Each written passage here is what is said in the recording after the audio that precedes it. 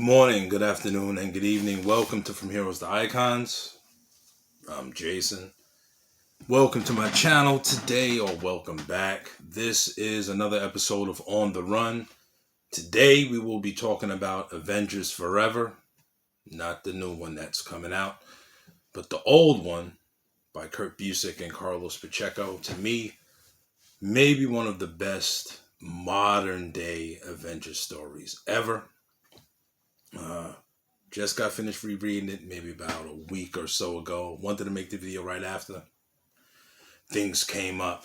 But as always, run through a little bit of the synopsis, I guess, and the history of the book. And then I just show you the books.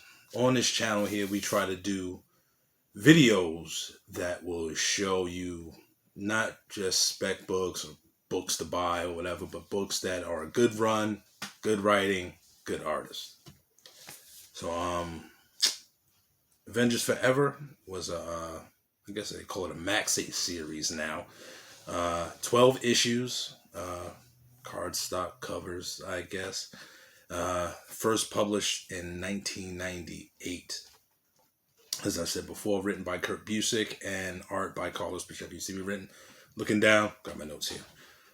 Rick Jones uses this ability called the Destiny Force to summon various Avengers from, I guess, different timelines and or different universes to pretty much battle Immortus, which is a different version of Kang, which I guess everybody's talking about now.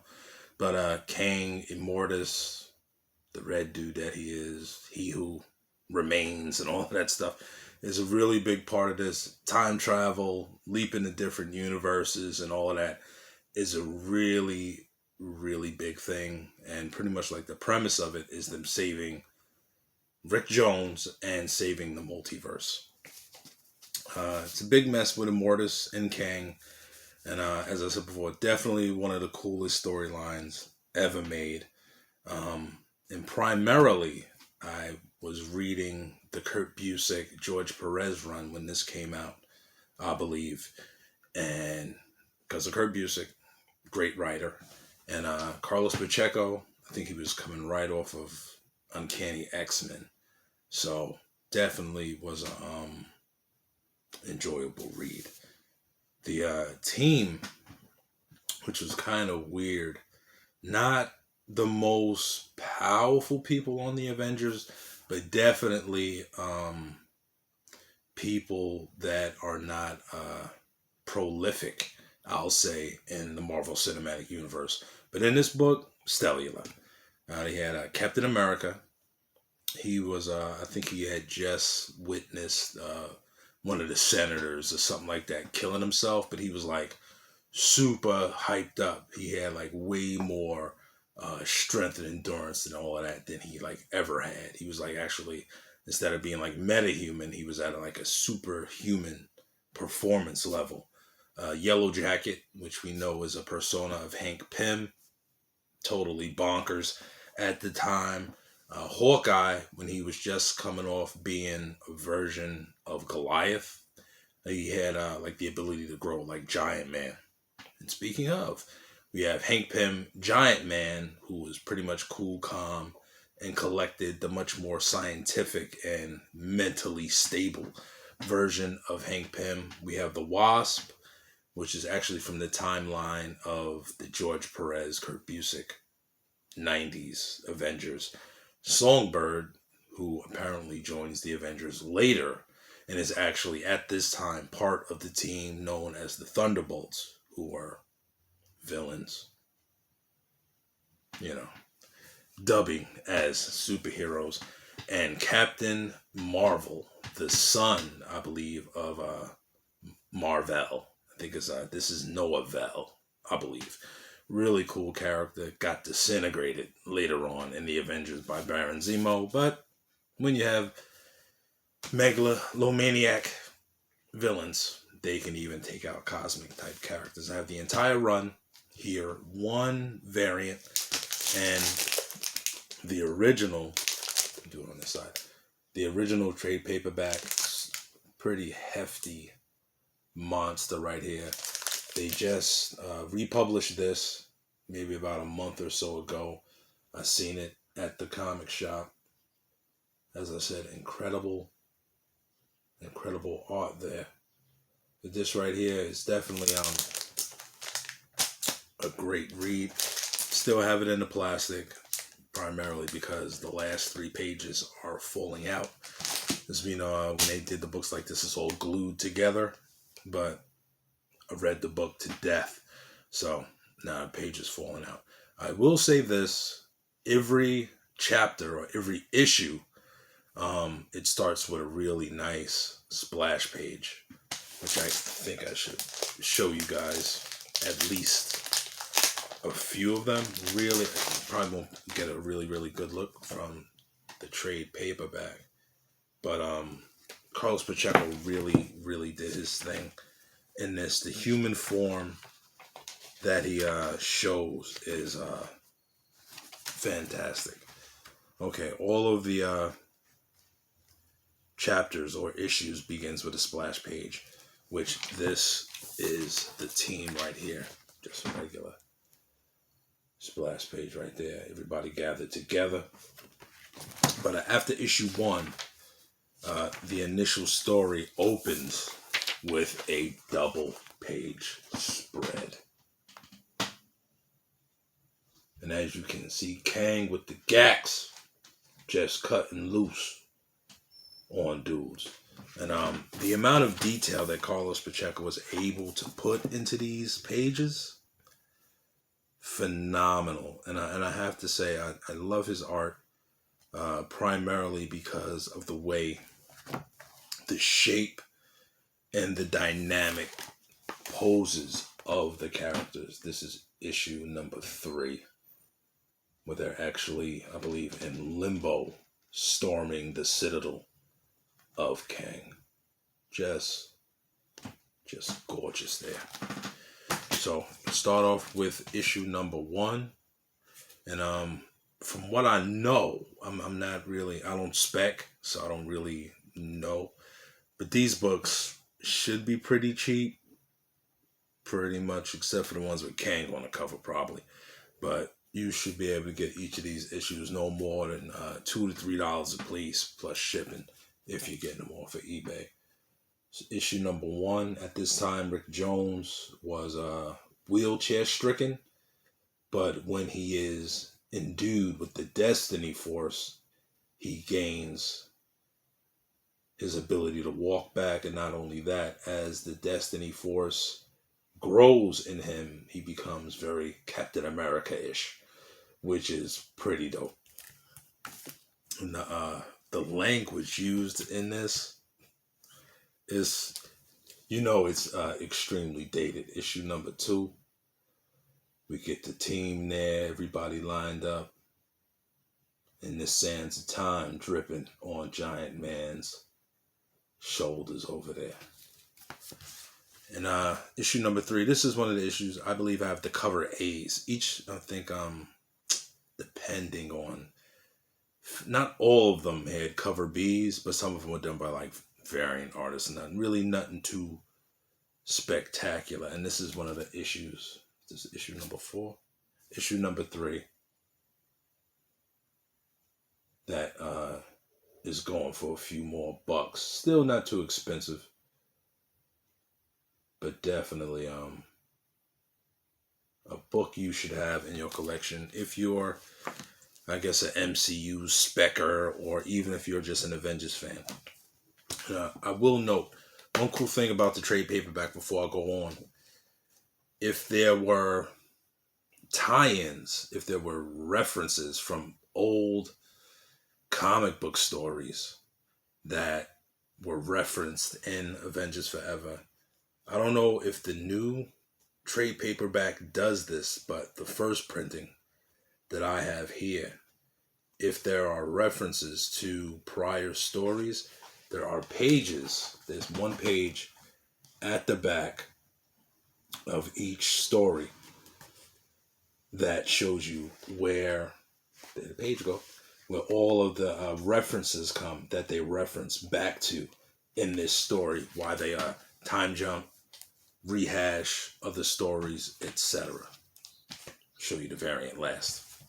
Issue number 4, we have a different version of the Avengers.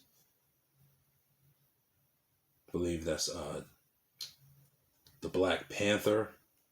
We have the Crimson Dynamo, Thundra. What's my man name? This is one of Metarog's cats. I forgot his name. This is the guy, he fights the Martians or whatever, but now he actually has energy shield of Captain America's. And this woman here in the back is actually a different version of Jocasta, one of the androids created that joined the Avengers, and she's pregnant. Avengers number, this is crazy, all type of number. Oh, number 5. Trying to find a number on this joint. And these I think these versions of heroes are from like the 1960s or some such. In this universe, Richard Nixon was still the president. But he was being impersonated by a Skrull. It was crazy. All you know what broke loose, and Kang pretty much annihilated the universe, destroyed it. You have issue number 6, the greatly depressed Captain America. And in this universe, I believe all of them are separated and limbo. And in each spot that they're at, they get to see a different aspect of their lives. And in this universe, the Avengers have been defeated to an already defeated spirit of Captain America. But he finds his patriotic spirit once again. Issue number 7. Yellow Jacket in the forefront. And it is crazy in this. Yellow Jacket, he didn't believe he was Hank Pym. It was kind of nuts seeing 2 Hank Pyms in one, not knowing really who he is, believing who he's a different type of person. It was pretty dope. And in this, you get so much. There's, I wouldn't say retconning, but if you're not familiar with a lot of the Avengers history and things that have happened with the Avengers, Thor, the original Human Torch, and all of these things, you get a lot of history. This is a very heavy dialogue book. A lot of people talking about talking heads and all of that. Very, very deep story in this. And you can see how Kang, or should I say Immortus, went to different versions of universes and different timelines, and how he caused temporal anomalies, I guess, or he caused variants to pop up as he took the Human Torch's body to a different timeline so it can be found by someone, and then placed it back in another place where we know, those who have read John Byrne's West Coast Avengers, that the original Human Torch's body was found and reignited. So you have the Human Torch's body that was used to create the Vision, and then still, I guess you would call it a retcon, where Immortus moved his body so that the original creator of the Human Torch finds him again to bring him pretty much back to life in the West Coast Avengers. Cool indeed. And here we find out that Kang somehow may be a descendant of Doctor Doom, and that's where he supposedly gets his ambition from, and how he at certain times went back and partnered up with Doctor Doom to try to thwart the Avengers' plans, and also that he would be a descendant of Reed Richards' father, who we know is a time-traveling buffoon a little bit. As you can see, Kang sitting up top on the split Immortus statue there. Excellent, excellent run. And the Avengers seem to have been captured by Immortus at last. And in this story, Kang and the Avengers are on the same team. And they're looking to stop Immortus because Immortus wants to kill Rick Jones because the Destiny Force will cause the human race to pretty much enslave the entire universe. And just his artwork is just stunning. Even in chains, the Avengers look super dope. Coming down the line, issue number 11. Right here. And the Rick Jones, or one of Rick Jones's descendants from the future, has total control of the Destiny Force, and he creates like an intergalactic army whose power sets or armors are all based on the Avengers. Iron Man, Thor, Captain America, and the Wasp, I believe his entire army is made up of. Final issue, issue number 12, we have the Avengers going full force to try to defeat Kang the Conqueror. I believe there's a nice full page spread in here of them doing it, but you get a lot. If you don't know anything about Kang or Immortus or the Timekeepers, which we know in Loki they were like robots or whatever, super stupid. But here you get their origin and a lot of how or why they want to control the time continuum and stuff like that. It's pretty neat. And also, I believe the Supreme Intelligence from the Kree is heavily involved in this, and also a character named Libra from the Zodiac. Used to be a villain, now he's like a super monk doing all type of stuff. And when yo, it's crazy. Kang wants to kill the Timekeepers. He's just like done with them, and they I guess put him in a time bubble, and they try to make him become Immortus because they're sick and tired of him trying to ruin their plans.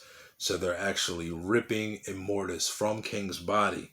And while they're doing that, they grab some Avengers of their own to fight Rick Jones's Avengers. And you get these cats.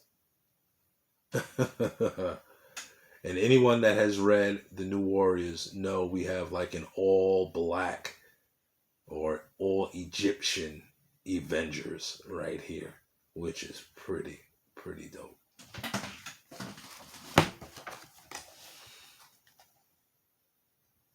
And on a planet where the Martians invade, from the original Avengers, the Black Panther is the only one. When he takes his mask off, you can see he's like, he got the receded hairline, he got the gray beard.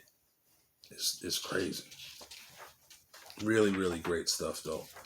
This is why I really like doing On the Run. Get to read some more books, you look back at them and stuff. It's just amazing. Just amazing. All of these different Avengers from different timelines fighting one another. It's crazy.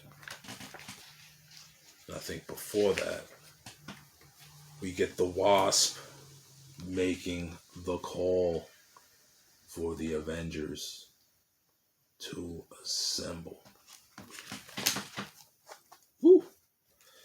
Page is falling out. Need to buy another one.